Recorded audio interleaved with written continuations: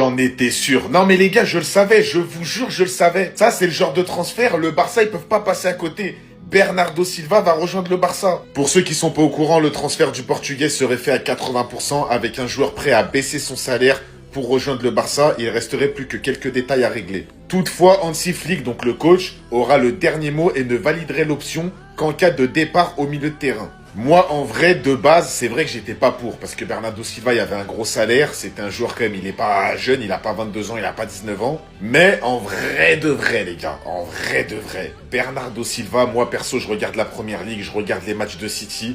Je pense qu'il a encore beaucoup à donner. Et quand je vois ses matchs, il est quand même en forme. C'est un bon joueur balle au pied. Il a le style du FC Barcelone. Il est prêt à baisser son salaire. Il a de l'expérience. Il a déjà gagné la Ligue des Champions. Donc en vrai, bon, je dis pas pour 5 ans, 6 ans, 7 ans, mais pour une petite année ou 2 ans, en vrai de vrai, s'il baisse son salaire, pourquoi pas? Après, est-ce qu'il va jouer titulaire? Je sais pas. Parce qu'il y a même Dani Olmo, il y a Fermin Lopez, il y a Pedri, il y a Gavi, il y a Frankie de Jong. Mais Bernardo Silva, ça reste un joueur que je kiffe. C'est un joueur balle au pied, il régale, il a beaucoup d'intelligence de jeu. Il a la vista, il a la vision de jeu au milieu de terrain, il peut apporter beaucoup de solutions.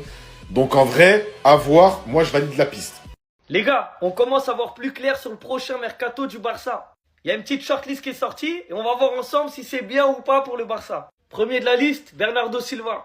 Franchement, un joueur gratuit, d'expérience, techniquement très très fort. Certes, il est plus sur la fin que le début, mais ça serait une sacrée recrue. Parce que la qualité, il l'a, et le prix, c'est gratuit. Donc franchement, à l'heure là, ça peut pas être une meilleure recrue pour le Barça. Et le gars, il joue encore en Première Ligue. Ça veut dire que physiquement, même si il se fait vieux, il peut jouer en Liga, mais encore 3 ans facile.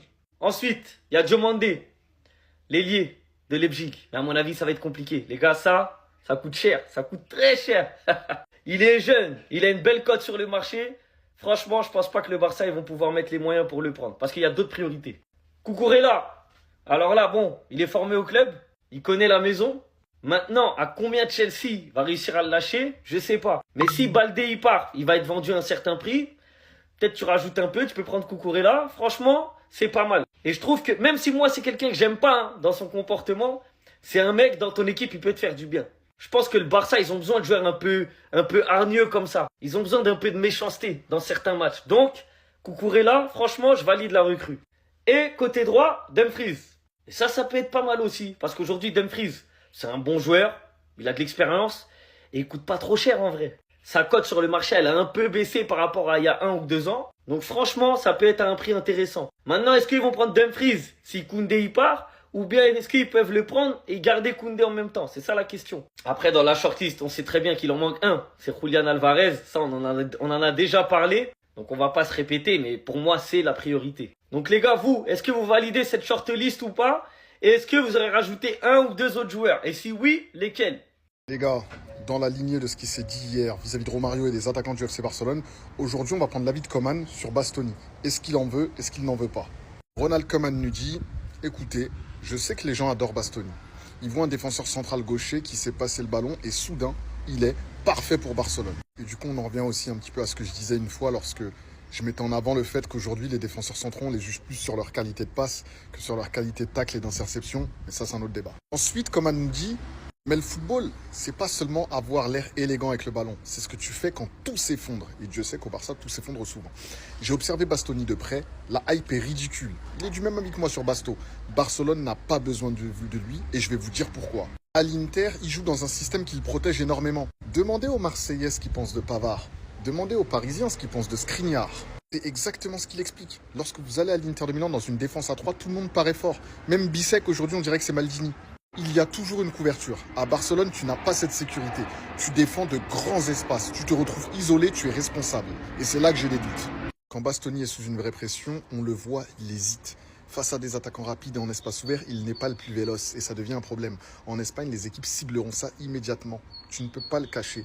Et oui, il est à l'aise avec le ballon, mais parfois trop à l'aise. Il prend des risques en phase de construction qui ont l'air jolis quand ils réussissent, mais quand ils échouent, tu mets toute ton équipe en danger.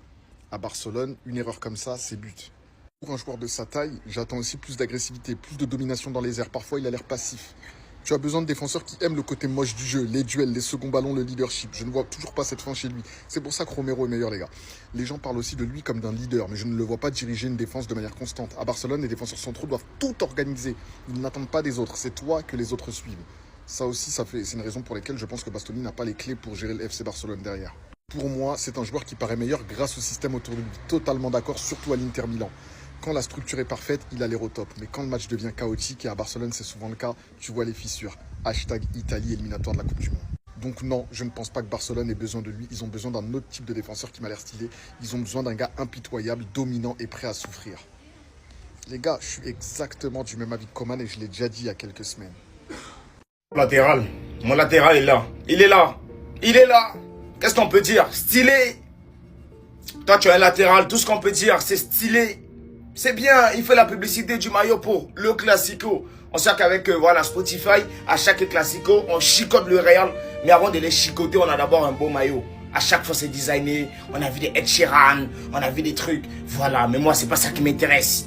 Moi, je suis fan de football. Mon latéral, c'est un fashion. Mon latéral, c'est un gars stylé. Mon latéral, il est là pour les semaines de Fashion Week. Mon latéral, ce n'est pas un gars sur le terrain qui va courir, qui va... Non. Non, c'est ça mon problème qui est là. C'est ça. Pendant que les gens des latéraux, des Laimer, voilà, des Davis, des Hakimi, Nuno Mendes, des gens qui courent. Des gens qui courent. Timber. Non. Moi, j'ai Jules. Tout ce que je peux dire en regardant, stylé.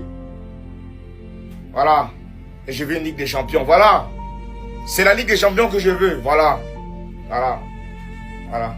Vous savez quand on verra plus ce trio ensemble, les gars, Yamal, Lewandowski et Rafinha. Oui, les gars, on va plus les revoir ensemble. Yamal est blessé, Lewandowski va quitter le Barça, et voilà. Et voilà le dernier match qu'ils ont joué ensemble. C'était contre Newcastle en Ligue des Champions. Et regardez comment ça s'est fini. 7-2. Yamal, une passe décisive, un but. Lewandowski, 2 buts. Rafinha, masterclass, 2 buts et 2 passes décisives. Si je fais cette vidéo, les gars, c'est pour rendre hommage à Lewandowski. Il va quitter le Barça à 99%. Et juste pour vous dire, il faut pas oublier quand est-ce qu'il est venu. Il est venu dans l'ombre, les gars. Le Barça était en train de couler. On a frôlé de devenir comme Manchester United ou l'AC Milan. Et c'est grâce à des joueurs comme Lewandowski qu'on a pu se relever. Donc c'est vrai qu'actuellement il est en baisse de forme, 38 ans ou 37 ans. Mais juste, faut pas oublier ce qu'il a apporté au Barça. On t'oubliera jamais, Lewandowski. Breaking news qui ne me surprend pas. Rafinha a eu quelques réflexions sur son avenir ces derniers mois et en a informé le club. Ses coéquipiers, le staff league et la direction veulent tous qu'il reste et c'est le scénario le plus probable. Mais apparemment, il sera en phase d'introspection. Il aurait été affecté mentalement par sa blessure, enfin les répétitions de blessures et l'élimination du Barça en Ligue des Champions face à l'Atlético. Il n'a pas encore pris sa décision finale, la direction comprend Rafinha et son approche mature. La direction lui accorde tout le temps dont il a besoin, c'est une décision personnelle, il n'y aura aucune pression. Je vous dis que ça me surprend pas parce qu'il y a quelques jours, il y a un journaliste qui a dit à un joueur du Barça qui trace le club cet été, ça sera extrêmement douloureux, un départ qui va faire beaucoup mal. Mais si vous voulez le maillot de Rafinha avant qu'il soit trop tard, Street Player. Vous avez moins 20% avec mon code promo SportSX sur tout le site. Il y a tout, il y a des maillots rétro, des maillots concept, des versions player, des survêtements, bref, régalez-vous, le lien il est en bio. Je vous dis que ça me surprend pas parce que c'est un enchaînement en fait. Une grosse vente, un départ qui va faire mal. On a appris récemment qu'il y avait des offres de l'Arabie Saoudite. Donc on va voir ce qui va se passer. En tout cas, il fait son retour dans le groupe du Barça face à Osasuna. Le Barça a l'occasion d'être champion ce week-end si on s'impose face à Osasuna et demain il y a un faux pas du Real. Même si je préfère qu'on soit champion lors du Classico. Mais vous en pensez en commentaire, guys, pour vous abonner, vous êtes des bons, nous, on avance. Rafinha doute de son avenir avec le FC Barcelone et ça devient sérieux. On sait tous que Rafinha rêve de remporter le Ballon d'Or et la Ligue des Champions. Cependant, actuellement, les offres de l'Arabie Saoudite n'arrêtent pas de pleuvoir. Donc, selon le Mediasport, on peut lire ici que ce dernier a transféré au club des doutes existentiels sur son futur. Tout reste incertain. Le joueur n'a pas encore pris de décision finale et n'en prendra pas avant la fin de la saison. Le scénario le plus probable est qu'il continue au Barça, mais des doutes persistants existent. Le journaliste Joaquim Piera nous a confirmé la même chose que Sport.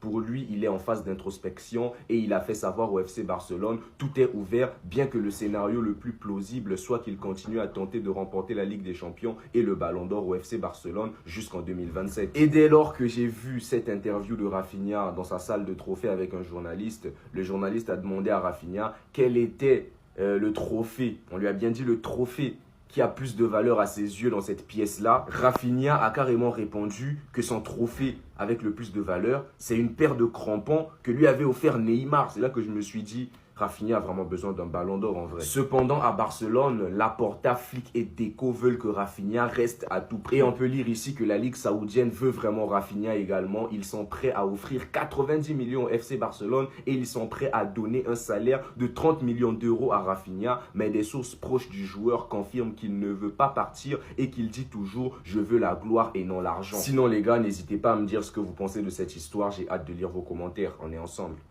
Le Brésilien du FC Barcelone, Rafinha, pourrait ne pas continuer du côté du club. On apprend ça aujourd'hui d'après le journal Sport, que le joueur a transféré au club les doutes existentiels sur son futur. Donc tout reste incertain, le joueur n'a pas encore pris de décision finale et n'en prendra pas avant la fin de la saison.